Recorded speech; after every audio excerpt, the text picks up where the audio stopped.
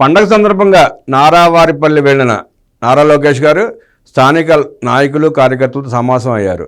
Booth స్థాయి నుంచి party పునర్నిర్మాణం, నాయకులు కార్యకర్తలు బాధ్యతగా మెలగాల, ప్రజలతో మమేకమై పనిచేయాలి, నా చుట్టూ తిరిగితే ఉపయోగం ఉండదు, కష్టపడ్డ కార్యకర్తలకు నాయకులకు పార్టీ పదవులు దక్కుతాయి అంటూ సుదీర్ఘ ప్రసంగం చేశారు. ఆ వార్త ప్రధానాంశం ఒకసారి పరిశీలన చేద్దాం. కార్యకర్తలను అన్ని విధాలా ఆదుకుంటాం, నాయకులు పార్టీ శ్రేణులు బాధ్యతగా మెలగాలి, ఫీడ్బ్యాక్ తీసుకుని కష్టపడిన వారికి గుర్తింపునిస్తాం. ఫిబ్రవరి నుంచి స్వర్ణాంధ్ర పేరుతో కొత్త కార్యక్రమం, క్షేత్రస్థాయిలో అందరూ భాగస్వాములు కావాలి, నెలాఖరు నాటికి నామినేటెడ్ పోస్టులు మొత్తం భర్తీ, రెడ్ బుక్ను మర్చిపోలేదు. ఆయన ప్రసంగంలో రెడ్ బుక్ను నేను మర్చిపోలేదు, ఇసుక మద్యం అక్రమాలు చేసిన వారిని వదిలిపెట్టాం, రెడ్ బుక్ తన పని తను చేసుకుంటూ పోతుంది అని కార్యకర్తలకు తెలియజేశారు. త్వరలో ఇసుక లిక్కర్ కుంభకోణాల్లో చాలా మంది జైలుకు, చంద్రగిరి ముఖ్య నేతలు కార్యకర్తల సమావేశంలో లోకేష్. త్వరలో బూత్ స్థాయి నుంచి పార్టీ పునర్నిర్మాణం చేస్తాం, ఫిబ్రవరి నుంచి పార్టీని బలోపేతం చేసే పని ప్రారంభిస్తాం, పార్టీ కోసం అధిక సమయం కేటాయిస్తానని నారా లోకేష్ పేర్కొన్నారు. చంద్రగిరి నియోజకవర్గం నారావారిపల్లిలో ముఖ్య నాయకులు కార్యకర్తలతో మంత్రి లోకేష్ సమావేశమయ్యారు. ఈ సందర్భంగా మాట్లాడుతూ పార్టీ కార్యకర్తలను అన్ని విధాలా ఆదుకుంటామని తెలిపారు.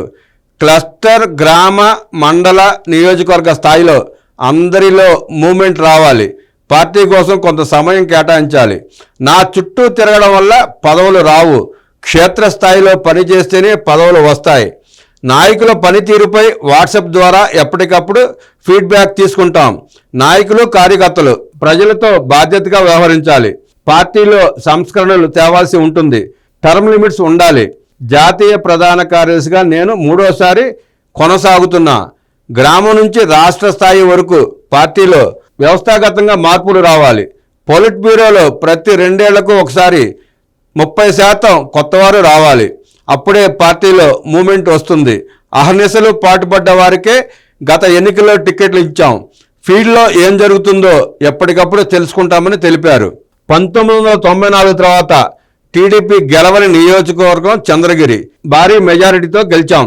గత ప్రభుత్వంలో ప్రజలు కార్యకర్తలు ఇబ్బందులు పడ్డారు, యువగళం నిజం గెలవాలి కార్యక్రమాలను విజయవంతం చేశారు.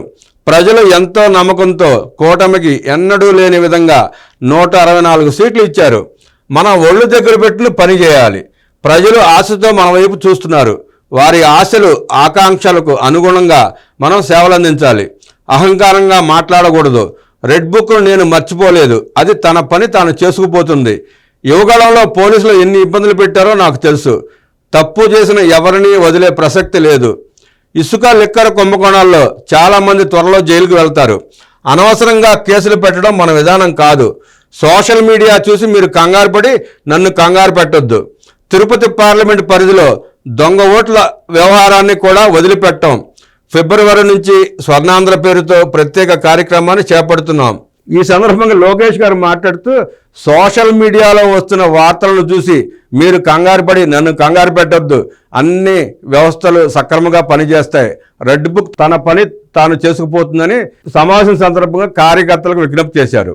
చంద్రగిరి నియోజకవర్గంలో సభ్యత్వం మంచిగా చేశారు, కష్టపడ్డారు, దేశ చరిత్రలో ఏ ప్రాంతీయ పార్టీ చేయని విధంగా 1 కోటి సభ్యత్వం చేశాం, జనవరి 1 నుంచే 1 కోటి మందికి ఇన్సూరెన్స్ అమలవుతోంది, ఏదైనా ప్రమాదం జరిగితే కాల్ సెంటర్కు ఫోన్ చేసి సమాచారం ఇవ్వండి, 5 లక్షల బీమా ఇప్పించే బాధ్యత నాది, కార్యకర్తల పిల్లల భవిష్యత్తు గురించి అడుగుతున్నారు, ఇందుకోసం ప్రణాళిక రూపొందిస్తున్నాం, స్వయం ఉపాధిపై దృష్టి సారిస్తున్నాం, మనం చేసింది చెప్పుకోవాల్సిన అవసరం ఉంది, అధికారంలోకి వచ్చిన వెంటనే పెన్షన్ను మనం ఒకేసారి 1000 పెంచి 4000 చేశాం, గత ప్రభుత్వం 1000 పెన్షన్ పెంచడానికి 5 ఏళ్లు పట్టింది, వికలాంగులకు 3000 నుంచి 6000 చేశాం, భారతదేశంలో ఇంత పెద్ద మొత్తంలో పెన్షన్ ఏ రాష్ట్రంలో ఇవ్వడం లేదు, అన్నా క్యాంటీన్లు పెట్టాం, గ్యాస్ ఉచితంగా ఇస్తున్నాం, ఇవన్నీ ప్రజల్లోకి తీసుకెళ్ళాలి, ప్రాధాన్యతా క్రమంలో బాబు సూపర్ 6 హామీలు నెరవేర్చి తీరుతాం, నిరుద్యోగ యువత కోసం మెగా డిఎస్సి ప్రకటించాం,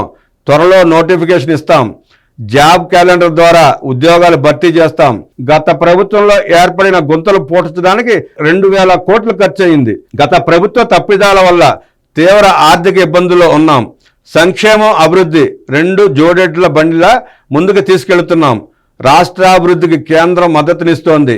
ఇంకా సిబ్బంది బకాయిలు రూ 7,000 కోట్లు క్లియర్ చేయాల్సి ఉంది.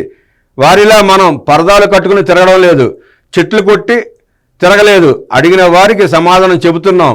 మనది పనిచేసే ప్రభుత్వం, పరదాలు చెట్లు నరగడాలు మనకు అవసరం లేదు. ప్రజలకు అన్నీ వివరిస్తున్నాం అన్నారు మంత్రి నారా లోకేష్. కూటమిలో మనదే పెద్దన్న పాత్ర. కూటమి ప్రభుత్వంలో మనది పెద్దన్న పాత్ర. మిత్రధర్మంతో పనిచేస్తున్నాం. కొంతమంది ఆవేశంతో మాట్లాడినా ఓర్పుగా ఉండాలి. ఆవేశపడితే రాష్ట్రం, ప్రజలు నష్టపోతారు. ఈ 5 ఏళ్లు ఓపికగా సమన్వయంతో రాష్ట్రాన్ని ముందుకు వెళ్లాల్సిన అవసరం ఉంది. కొన్నిసార్లు ఇబ్బందికరమైన పరిస్థితులు ఉంటాయి. కలిసికట్టుగా ముందుకెళితేనే సత్ఫలితాలు వస్తాయి. ప్రజా సమస్యల పరిష్కారానికి నేను ప్రజా దర్బార్ నిర్వహిస్తున్నా. 1985 తర్వాత గెలవని మంగళగిరిలో 2019లో పోటీ చేసి నేను ఓడిపోయాను. ఆ తర్వాత గ్రామ మండల స్థాయిలో పార్టీని ప్రక్షాళన చేశాం. ప్రజల్లో మమేకమై పనిచేసి వారి మనసు గెలిచాం. సొంత నిధులతో 29 సంక్షేమ కార్యక్రమాలు అమలు చేశాం. కార్యకర్తలకు కష్టం వచ్చినప్పుడు నిలబడ్డా, వారు నా వెనక నిలబడ్డారు.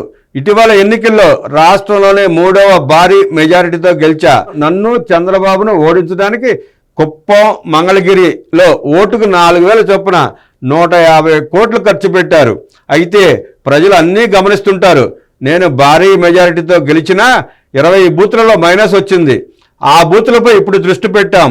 ఎన్నికల్లో గెలిచాక అనునిత్యం ప్రజల్లో ఉంటూ సేవలు అందిస్తున్నా. ప్రజా దర్బార్ నిర్వహిస్తూ సమస్యల పరిష్కారానికి కృషి చేస్తున్నా అన్నారు మంత్రి నారా లోకేష్. నామినేటెడ్ పోస్టుల్లో సీనియర్లు, జూనియర్లకు సమ ప్రాధాన్యం. ఈ నెలాఖరుకు నామినేటెడ్ పోస్టులన్నీ భర్తీ చేస్తాం. ఏఎంసీలను కూడా త్వరలో నియమిస్తాం.